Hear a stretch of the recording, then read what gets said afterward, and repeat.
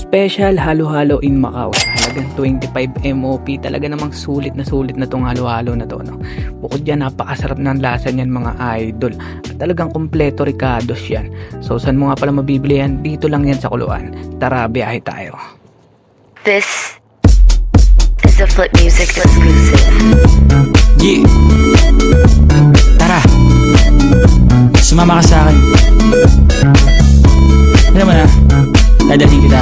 Gusto mo gusto. Ang pawis ko tumatagaktak sa bilis, may pumapalakpak. Abutin natin ng langit, ibuka ang pakpak lang hapin ng halimuyak na mga bulaklak. Ako ay parop. Oops, tigilan natin biglang liko na yan. Baka kung saan pa tayo mapunta, imblis na sa halo-halo. So nandito na tayo sa circle. Punta ka lang dito sa may circle, tropa. Then nandyan na rin yung Lord's Stove Bakery, makikita mo yan. Then makikita mo din tong street na to. Pasok ka lang dyan, idol, diretso ka lang. Makikita mo na tong store na to. So paano guys? O-order na pala tayo, no?